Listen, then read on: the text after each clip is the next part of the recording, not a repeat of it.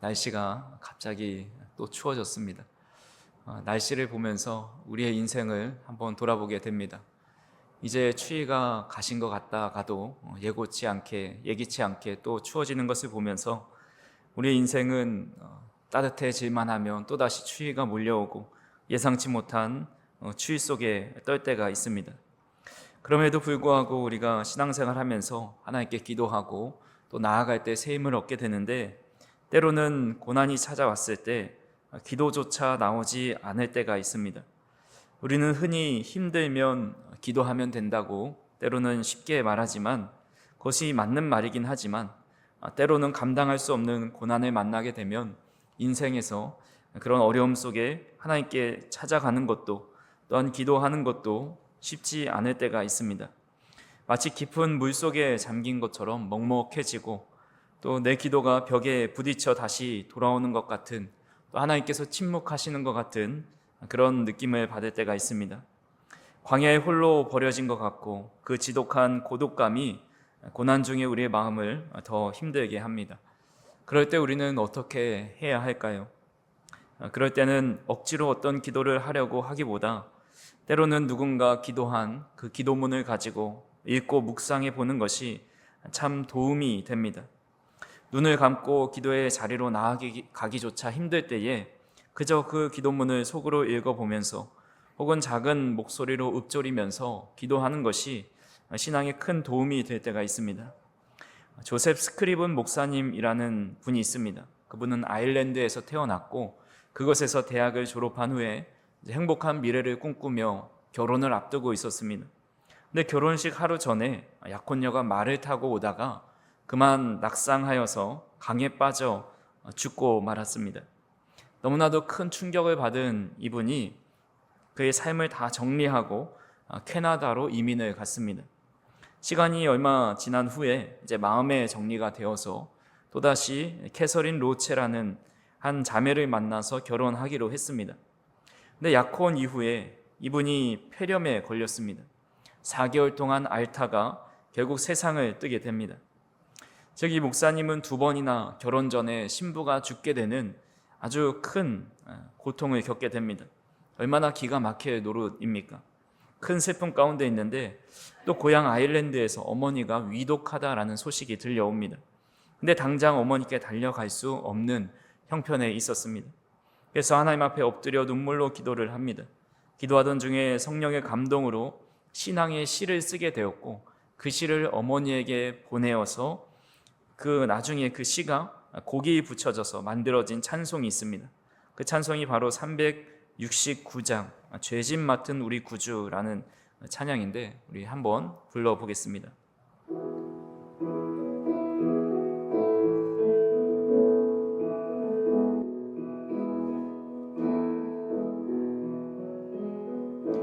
죄짐 맡은 우리 구주, 어찌 좋은 친구인지, 걱정 근심 무거운 짐 우리 주께 맡기세. 주께 고함 없는 고로 복을 받지 못하네. 사람들이 어찌하여 아랫줄을 모를까. 시험 걱정 모든 괴로움 없는 사람 누군가. 부질없이 낙심 말고 기도 드려 아뢰세. 이런 진실하신 친구 찾아볼 수 있을까. 우리 약함 아시오니 어찌 아니하릴까. 그 걱정 무거운 짐 아니 진짜 누군가 피난처는 우리 예수 주께 기도드리세 세상 친구 멸시하고 너를 조롱하여도 예수 품에 안기어서 참된 위로 받겠네. 아멘. 이 목사님이 정말 기도하기 어려운 중에도 하나님께 나아가서 기도했더니 참된 위로를 받고 이렇게 고난을 당할 때 어찌 기도하지 않을 수 있겠느냐라는 이 시의 고백을 통해서 우리는 이런 믿음의 선진들이 경험하고 고백한 것을 읊조리고 또 찬양할 때에 우리는 다시 새 힘을 얻고 위로를 얻을 수 있는 것 같습니다. 그런 의미에서 성경의 시편은 우리에게 너무나도 하나님께서 주신 귀한 선물이라 할 수가 있습니다. 시편에는 우리 인생의 모든 희로애락과 또 영혼의 깊은 탄식이 고스란히 담겨 있지요. 하나님은 우리가 겪을 수 있는 모든 형편과 처지를 이미 아시고 우리가 하나님께 드려야 할 기도의 언어들을 시편 안에 다 담아 놓으셨습니다. 특히 오늘 우리가 살펴볼 시편 102편은 그 중에서도 아주 특별한 시입니다. 이 시의 표제를 보면 언제 누가 어떤 마음으로 불러야 하는지 매우 구체적으로 특정 지어 놓았습니다. 우리 같이 한번 시의 표제를 읽어보겠습니다. 곤고한 자가 마음이 상하여 그의 근심을 여호와 앞에 토로하는 기도. 그래서 이 시를 통해서 곤고한 자가 마음이 상할 때, 근심이 있을 때 하나님 앞에 어떻게 기도해야 되는지를 이 시를 통해 우리는 알 수가 있습니다. 마음이 상하고 또 너무 힘들어서 기진하였을 때 우리의 마음속에서 쏟아져 나오는 그 기도가 바로 이 시편을 통해서 할 수 있고, 정말 그 기도조차 나오지 않을 때 그저 이 시를 읽는 것만 해도 우리는 이 기도를 통해 하나님께 우리의 고난과 또 어려움들을 다 앓을 수 있다는 겁니다. 그래서 이 기도문을 통해서 우리 오늘 성도님들의 어려울 때 하는 기도문이 될 수 있기를 간절히 소망합니다. 먼저 시인은 자신의 아픔을 하나님께 다 토로하고 있습니다.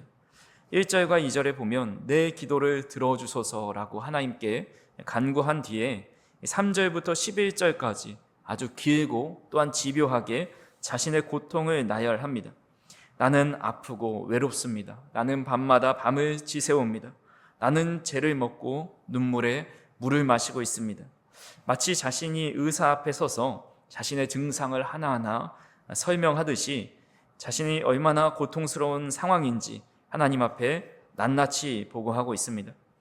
우리는 흔히 믿음이 좋으면 불평하지 말고 또 원망하지 말아야 된다고 생각을 합니다. 하지만 하나님 앞에 나갈 때, 그래서 하나님 앞에 나아갈 때 하나님 다 괜찮습니다, 다 감사합니다 라고 그저 우리의 고통을 숨기려고 하고 또 덮으려 할 때가 있습니다. 하지만 아이가 부모 앞에서 아픈 것을 감추고 또 자기의 감정을 숨기는 것은 오히려 부모의 마음을 더 아프게 만듭니다. 하나님이 원하시는 것은 솔직하고 또한 정직하게 자신의 마음을 표현하는 겁니다. 그래서 시편 기자는 지금 자신이 겪고 있는 큰 고난 앞에서 자신의 감정을 토로하고 있습니다. 그 중에 몇 가지를 좀 살펴보면 먼저 육체가 무너짐을 나타내고 있습니다. 3절에 보니까 내 뼈가 쑥같이 탔나이다 라고 고백을 합니다. 극심한 스트레스를 받아서 이 뼈 마디를 태우는 듯한 신체적인 통증으로 이어진 겁니다. 뼈가 튼튼한 것이 아니라 다 가루가 되고 조금만 만져도 으스러지는 것처럼 큰 뼈가 고통스러운 그런 상황 가운데 있습니다. 근데 그보다 더 힘든 것이 4절입니다.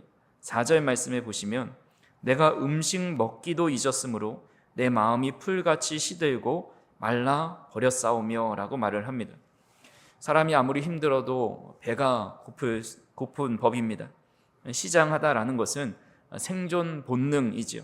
몸에 에너지가 없고 힘이 없으니까 이제 음식을 집어넣으라는 몸의 신호가 찾아옵니다. 그래서 장례를 맞이해도 밥을 먹어야 산다고 말을 하기도 합니다.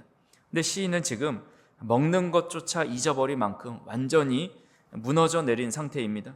금식을 하는 게 아니라 살아야겠다는 의지가 꺾여 버려서 입맛이 사라지고 마음에 큰 눌림과 근심이 있는 겁니다. 리처드 베이커라는 주석가가 이 구절에 대해 이런 주석을 남겼습니다. 나는 자기 이름을 잊어버린 사람은 봤어도 밥 먹는 것을 잊어버린 사람은 본 적이 없다. 배고픔은 본능이기 때문이다. 하지만 마음이 풀처럼 시들어 버리면 그런 일도 실제로 일어난다. 슬픔이 격렬해지면 우리 뇌는 위장을 잊어버리게 만든다. 슬픔은 슬픔 그 자체를 양식으로 삼을 뿐 다른 양식을 찾지 않기 때문이다 라고 이야기합니다. 그러니까 슬픔은 슬픔 자체를 양식으로 삼아서 더 이상 육신의 양식을 필요 없게 만들어 버립니다. 마음이 생기로 넘쳐나면 온몸에 활력이 돋고 또 식욕이 왕성해지지만 마음이 풀처럼 말라버리면 우리의 몸을 지탱할 최소한 생존 본능 또 그 에너지마저 끊어지고 마는 겁니다. 내가 위장을 잊어버릴 정도로 압도적인 슬픔을 경험하고 있는 것이 바로 지금 시인의 현실입니다. 그래서 9절에 보니까 그의 식탁이 얼마나 초라한지를 알 수가 있습니다. 나는 재를 양식같이 먹으며 나는 눈물 섞인 물을 마셨나이다 라고 말을 합니다. 그러니까 입맛이 없으니까 밥을 먹는 게 아니라 이 모래알 같은 재를 씹는 것 같고 또 물을 마시는 것이 아니라 컵 속으로 떨어진 자신의 눈물을 마시고 있다고 고백합니다. 사는 게 사는 것 같이 하는 인생, 먹어도 맛을 모르고 자도 잔 것 같이 하는 그런 비참한 현실 속에 있습니다. 근데 육체의 질병과 이런 마음의 고통보다 더 힘든 고통이 있습니다. 바로 처절한 고독입니다. 사람이 가장 힘들고 절망스러울 때는 아플 때이지만 그 아픈데 혼자 있을 때는 더 힘이 듭니다. 아무도 내 아픔을 이해해 주지 못한다고 느낄 때 인간은 무너지죠. 우리 감옥에 가보면 이 감옥 죄수 옥살이를 하는 분들이 가장 두려워하는 것 중에 하나가 바로 독방에 들어가는 겁니다. 우리가 생각할 때 독방에 들어가면 혼자 방을 쓰니 얼마나 편할까, 또 아무도 건드는 사람이 없으니까 안전할까 이런 생각을 하지만 그 안에 혼자 남겨져 있는 것, 아무도 대화를 주고받을 수 없는 그 상태가 가장 괴로운 상태라는 겁니다. 시인은 6절과 7절에서 자신을 세 마리의 새로 비유하면서 이 처절한 외로움을 토로하고 있습니다. 6절과 7절을 같이 한번 읽어보겠습니다. 나는 광야의 올빼미 같고 황폐한 곳에 부엉이 같이 되었사오며 내가 밤을 새우니 지붕 위에 외로운 참새 같으니이다. 네, 여기까지만 읽겠습니다. 6절에 보니까 나는 광야의 올빼미 같다라고 이야기합니다. 올빼미가 있는 장소를 보니까 광야입니다. 광야는 물도 없고 쉴 곳도 없고 만나는 사람도 없는 메마른 땅에 홀로 남겨져 있습니다. 이것은 사회적 단절이라고 할 수가 있겠죠. 그만 뚝 떨어져, 이 세상과 뚝 떨어져 광야 속에 소외된 인생처럼 느껴집니다. 또한 황폐한 곳에 부엉이 같다 이야기합니다. 부엉이는 밤에 활동하는 새이죠. 황폐한 곳, 그가 있었던 곳은 황폐한 곳인데, 황폐한 곳이라는 것은 무너진 집터나 폐허가 된 성벽, 그런 곳을 의미합니다. 이것은 실패한 인생을 상징합니다. 한때는 집도 있었고 화려한 성벽도 있었지만 그것이 다 무너져 돌 무너기만 남은 그런 황폐한 곳에 그가 밤마다 홀로 우는 그런 부엉이 같은 인생을 살아가고 있다라는 겁니다. 또한 세 번째로 7절에 나는 지붕 위에 외로운 참새 같다라고 고백을 합니다. 참새는 본래 떼를 지어 다니죠. 얼마나 수다스러운 새입니까? 참새들이 짹짹거리는 소리에 정말 사람들이 귀가 또 즐거워지고 그 노랫소리를 들으면 또 그것으로 힐링을 얻는 분도 있습니다. 제가 해외에 간 적이 있는데 그곳에 자연 경관이 아주 좋은 지역이었습니다. 근데 특이하게 한국에서 들리지 않았던 새소리들이 그곳에 가니까 더 선명하게 들렸습니다. 어딜 가나 새소리가 들리고 또 도시에도 참새소리가 들리는데 여기는 참새소리가 아름다운 도시다, 또 아름다운 풍경을 가지고 있는 나라다, 이런 생각을 했던 적이 있습니다. 그렇게 원래 참새는 떼를 지어 다니면서 수다스럽게 노래를 부르지만 그가 처해 있는 환경은 지붕 위에 외로운 참새라고 이야기합니다. 친구들은 다 끼리끼리 모여서 다니고 또 서로 노래하고 또 여러 가지로 즐겁게 다니지만 자신은 텅 빈 지붕 위에 딸랑 혼자 남겨진 외로운 참새라고 고백을 합니다. 7절 앞부분에 보면 내가 밤을 새우니 라고 말을 합니다.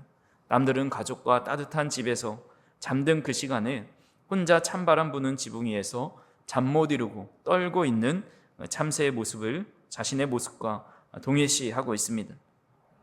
즉 시인은 광야의 올빼미 같고 또 황폐한 곳에 부엉이 같고 또 지붕 위에 외로운 참새와 같다라고 고백을 하는데, 이 비유들이 말해주는 핵심은 아무도 내 고통을 몰라준다, 나는 외롭다, 내가 얼마나 아픈지, 내가 얼마나 억울한지, 내가 지금 얼마나 큰 고통 속에 있는지 내 곁에 있는 가족들도 친구도 그 누구도 알아주지 못한다라는 고백을 하고 있는 겁니다. 즉 육체의 아픔보다 더 뼈아픈 것이 이런 단절감입니다. 세상 천지에 나 혼자 버려진 것 같은 두려움, 아무리 소리쳐도 들어주는 이가 없다라는 이 절망감이 사람을 무너뜨립니다. 근데 바로 이 고독과 두려움의 순간에 시인이 선택한 것이 있습니다. 그것은 바로 하나님께 나아가서 기도한 겁니다. 그는 사람을 찾아가 하소연하지 않습니다. 세속적인 것을 의지하거나 포기하고 주저하지 않았습니다. 그는 그가 가지고 있는 처참한 그 상황 그 자체를 하나님께 가지고 나아가서 구원자 되신 하나님께 기도합니다. 그래서 1절과 2절에 이렇게 하나님께 간구하며 기도하고 있습니다. 같이 한번 읽어보겠습니다. 여호와여, 내 기도를 들으시고 나의 부르짖음을 주께 상달하게 하소서. 나의 괴로운 날에 주의 얼굴을 내게서 숨기지 마소서. 주의 귀를 내게 기울이사 내가 부르짖는 날에 속히 내게 응답하소서. 시인은 지금 내게서 얼굴을 숨기지 마소서, 주의 귀를 내게서 기울여 주옵소서, 속히 빨리 내게 응답해 달라고, 마치 물에 빠진 사람이 간절히 구조를 바라는 외침처럼 하나님이 아니면 나는 죽고 하나님이 외면하시면 나는 갈 곳이 없습니다, 간절하게 하나님을 찾고 있습니다. 시인은 자신의 깨진 마음, 또 밥조차 먹을 수 없이 시들어버린 육체와 또 잿더미가 된 그런 삶을 포장하지 않고 있는 모습 그대로 하나님께 나아가 기도로 그 아픔을 아뢰었습니다. 이것이 우리가 살 길입니다. 사방이 우겨쌈을 당하여도 갈 곳이 없을 때, 사람들이 위로해 주어도 그 위로가 마음에 와닿지 않고 또 나 홀로 남아있는 것 같을 때, 그때가 바로 하나님을 찾고 하나님께 나아갈 때입니다. 그때 하나님은 우리의 고통을 외면치 않으시고 가장 가까이에서 귀를 기울여 주시고 또 우리를 건져내실 수 있는 유일한 하나님이라는 그 믿음을 가지고 때로는 힘들고 어려워도 이 시인이 고백했던 것처럼 나 힘들고 어렵습니다, 그저 그 어려운 그 상태를 하나님 앞에 다 토로하면서 나아가는 것 자체가 기도라고 할 수가 있는 겁니다. 그렇게 하나님께 부르짖을 때에 12절에서 반전이 일어납니다. 12절의 말씀을 같이 한번 읽어보겠습니다. 여호와여, 주는 영원히 계시고 주에 대한 기억은 대대에 이르리이다. 아멘. 우리말 성경에는 여호와여라고 시작하지만 영어 성경에 보면 But you, O Lord라고 시작을 합니다.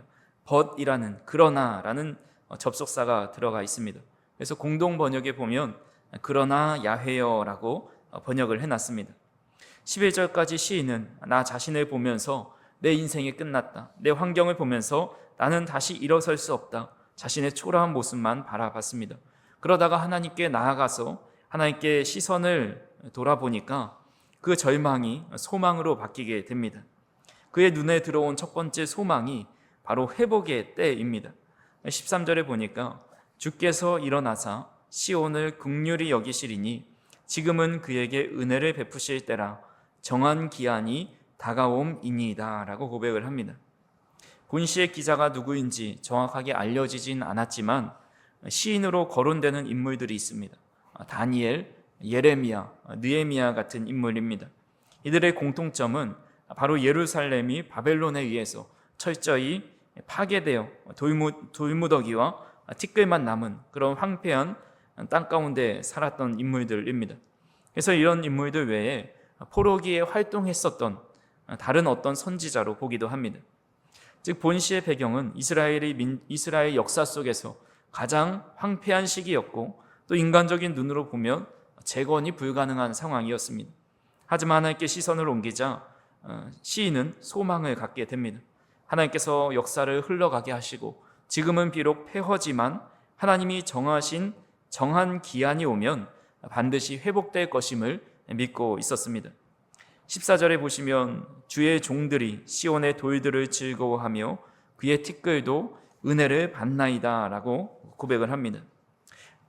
굴러다니는 돌멩이 하나 또 먼지 하나까지도 하나님의 은혜를 입으면 다시 성벽이 되고 성전이 되어서 은혜를 입는다라고 고백하고 있습니다. 즉 우리의 삶이 지금 무너진 시온과 같을 수가 있습니다. 사업장이 또한 직장이 돌무더기만 남아있는 것 같고 건강이 무너져 내려서 티끌과 같이 된 것처럼 보일 수가 있습니다.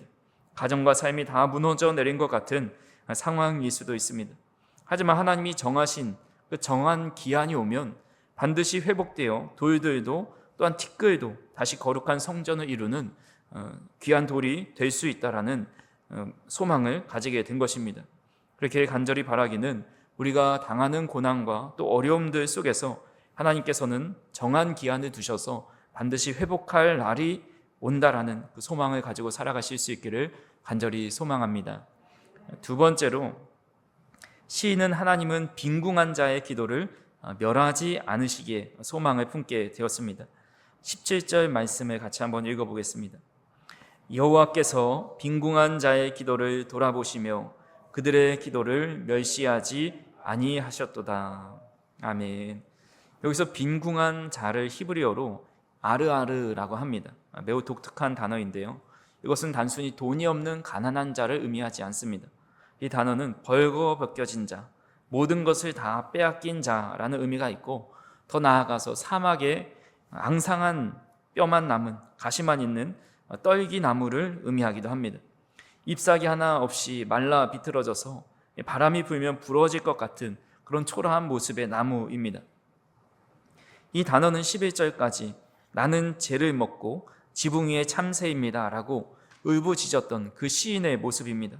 철저하게 낮아지고 또 부서지고 가진 것을 다 잃어버린 아르아르 같은 상태였습니다. 근데 놀라운 것은 하나님께서 그 아르아르한 자, 빈궁한 자의 기도를 돌아보시고 멸시하지 않는다라는 사실입니다. 세상은 돈이 있고 힘 있는 사람의 목소리를 더 크게 들어줍니다. 반대로 실패한 사람, 가진 것 없는 사람의 목소리는 무시하고 멸시하고 아무도 귀담아 듣지 않습니다. 하지만 우리 하나님은 배부른 자의 유창한 기도보다 굶주린 자의 신음소리에 더 반응하시고, 하나님은 우리가 화려한 옷을 입고 꾸미고 다닐 때보다 다 잃어버리고 벌거벗은 것 같은 모습으로 천부여 의지 없어서 손들고 옵니다 라고 나아갈 때 하나님은 그 기도를 결코 외면하지 않으신다라는 겁니다. 17절에 돌아보시며 라는 단어는 얼굴을 그쪽으로 확 돌리신다라는 의미입니다. 온 우주를 통치하신 하나님께서 지붕 위에서 떨고 있는 그 참새 한 마리를 향해서 얼굴을 돌리고 있으면서 그래 내가 너를 보고 있다, 듣고 있다 말씀하는 겁니다. 즉 우리의 처지가 지금 빈궁한 자라 할지라도 하나님은 상한 갈대를 꺾지 않으시고 꺼져가는 등불을 끄지 않으십니다. 하나님은 세상이 거들떠보지 않는 저와 우리 여러분들을 향해서 고개를 돌리시고 그 기도를 외면치 않으십니다. 아무리 모든 능력을 가지신 하나님이라 하여도 내 기도에 응답하지 않으신다면 아무 소용이 없지만 빈궁한 우리의 기도를 들으시고 돌아보시기 때문에 우리에게는 소망이 있는 겁니다. 애통한 자는 복이 있다고 말씀하신 것처럼 오늘 우리의 애통이 바로 하나님의 손길과 시선을 끌게 하는 또 그런 따뜻한 품에 품어주시는 은혜가 되는 통로가 될 수 있기를 간절히 소망합니다. 마지막으로 시인은 낡아지는 세상에서 변치 않는 하나님을 붙드는 것을 보게 됩니다. 시인은 하나님을 바라본 후에도 끊임없이 찾아오는 자신의 연약함을 이렇게 고백합니다. 23절에 보니까 내가 내 힘을 중도에 쇠약하게 하시며 내 날을 짧게 하셨도다 라고 말씀합니다. 여기서 중도에라는 말은 인생의 한창 때라는 말입니다. 아직 할 일이 많이 남아있을, 또한 일할 힘이 많이 있을 때입니다. 열심히 달려왔는데 병이 나기도 하고 좀 살만한가 싶었는데 경제가 기울게 됩니다. 하나님을 바라보았지만 여전히 거울 속에 나는 늙어가고 삶은 더 황폐해집니다. 이것이 우리가 마주한 육체의 한계이자 우리가 인생의 유한함이라 할 수가 있습니다. 시인은 이런 인생의 덧없음을 아주 탁월한 비유로 설명합니다. 그것은 바로 옷입니다. 우리 시편 102편 25절에서 26절을 보시면 주께서 옛적에 땅의 기초를 놓으셨사오며 하늘도 주의 손으로 지으신 바니이다. 천지는 없어지려니와 주는 영존하시겠고 그것들은 다 옷같이 낡으리니 의복같이 바꾸시면 바뀌려니와 라고 말씀합니다. 시인은 이 거대한 우주와 또 웅장한 하늘과 이 땅의 모든 것이 영원하지 않다라고 말을 합니다. 그것들은 옷과 같다라고 이야기하는 거죠. 옷의 특징이 무엇입니까? 처음에 샀을 때는 매우 깨끗하고 또 그 옷을 입으면 빛이 날 때도 있습니다. 하지만 아무리 좋은 옷도 시간이 지나면 반드시 낡아집니다. 색이 바래고 또 실밥이 터지고 구멍이 날 수 있습니다. 또 시간이 지나면 유행이 지나서 촌스러워집니다. 그래서 옷을 우리가 사지만 옷장에 그렇게 수많은 옷이 있어도 입을 옷이 없다고 말하는 거죠. 이 세상의 모든 것이 그렇습니다. 우리가 그토록 자랑하던 건강이라는 옷, 또 우리가 가지고 있었던 물질이라는 옷, 또 우리가 쌓아올린 성공과 명예라는 옷도 결국 시간이 지나면 낡아지고 언제는 입지 못할 옷이 되는 겁니다. 하지만 세상 모든 것이 낡아지고 사라질 때에 절대 낡지 않는 단 한 분이 계시는데 본문 27절에 보면 주는 한결같으시고 주의 연대는 무궁하리이다 라고 고백합니다. 주는 한결같으시다 라는 그 히브리어의 원어를 보면 당신은 그이십니다 라고 되어 있습니다. 즉 하나님은 과거에도 현재에도 미래에도 변함없이 바로 그 하나님이십니다 라는 뜻입니다. 이것이 신학적으로 하나님의 불변성이라고 합니다. 세상은 변하고 강산도 변하고 사람의 마음도 육신도 변합니다. 늙고 병들고 약해집니다. 하지만 하나님은 변하지 않으십니다. 천지를 창조하실 때의 그 능력이 지금도 여전하십니다. 앞으로도 여전하실 겁니다. 하나님께서는 영원히 변치 않는 그 모습으로 우리를 구원해 주시고 또 이끌어 주신다고 하기 때문에 우리는 그 구원하심을 바라볼 수 있는 겁니다. 내가 변해도 주님은 변치 않으시기에, 나는 약해져도 여전히 하나님은 강하시기 때문에 하나님을 찾고 부르짖을 때 여전히 우리는 하나님의 능력으로 건짐을 받을 수 있는 겁니다.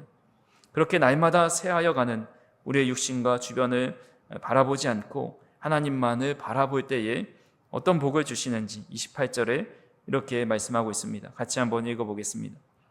주의 종들의 자손은 항상 안전히 거주하고 그의 후손은 주 앞에 굳게 서리이다 하였도다. 아멘. 부모의 가장 큰 기도 제목은 자녀입니다. 아무리 내가 잘 되고 아무리 성공해도 자녀가 고통 중에 있으면 고통스럽습니다. 하지만 아무리 내가 고통 중에 있어도 자녀가 안전하고 또 굳게 서 있으면 안심이 됩니다.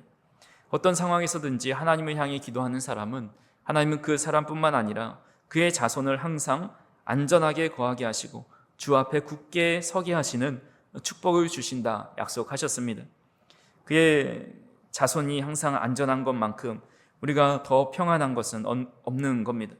그래서 저와 우리 성도님들이 우리의 모든 고통과 두려움보다 크신 하나님께 어떤 상황에서든지 기도함으로 나아가서 이런 축복과 은혜를 받아 누리고 또 성도님들의 가정과 자손들이 하나님께서 견고하게 해주시고 붙들어 주시고 굳게 서게 하시는 귀한 축복을 누리시는 모든 복된 가정들 되시기를 간절히 소망합니다. 말씀을 정리합니다. 우리는 시편 102편을 통해서 고난을 지나는 성도가 붙들어야 할 기도가 무엇인지에 대해서 살펴보았습니다. 우리 인생은 때로는 고독 속에 아무도 나의 고통과 어려움을 알아봐 주지 않는 그 광야의 올빼미 같고 지붕 위의 참새처럼 또 황폐한 곳에 부엉이 같은 삶을 살아갈 때가 있습니다. 마음이 시들어서 밥 먹는 것조차 제대로 잊어버릴 만큼 처절한 고통이 우리를 덮쳐올 때가 있습니다. 하지만 그때마다 가장 생각나는 분이 우리 하나님이었으면 좋겠습니다. 내가 죽을 것 같고 고통스러워 있어도 내가 이 고통과 어려움을 어디서 쏟아내어야 할까? 그때 생각나는 분이 하나님이어서 하나님께로 즉시로 달려갈 힘이 없으면 그 자리에서 성경을 펴고 시편을 펴고 백이편을 펴서 이것을 낭독하면서 우리의 고통을 아뢰고 또 그 안에서 회복되고 어려움 중에 소망을 가질 수 있는 저희 성도님들이 되었으면 좋겠습니다. 그래서 그렇게 하나님을 바라보고 또 하나님이 생각나서 하나님을 찾을 때에 28절의 약속처럼 주님 앞에 나간 모든 사람들뿐만 아니라 그 사람의 자손들이 하나님 앞에 굳게 서고 안전히 거하는 놀라운 축복을 받을 수 있는 저희 성도님들이 되시기를 주님의 이름으로 축원합니다.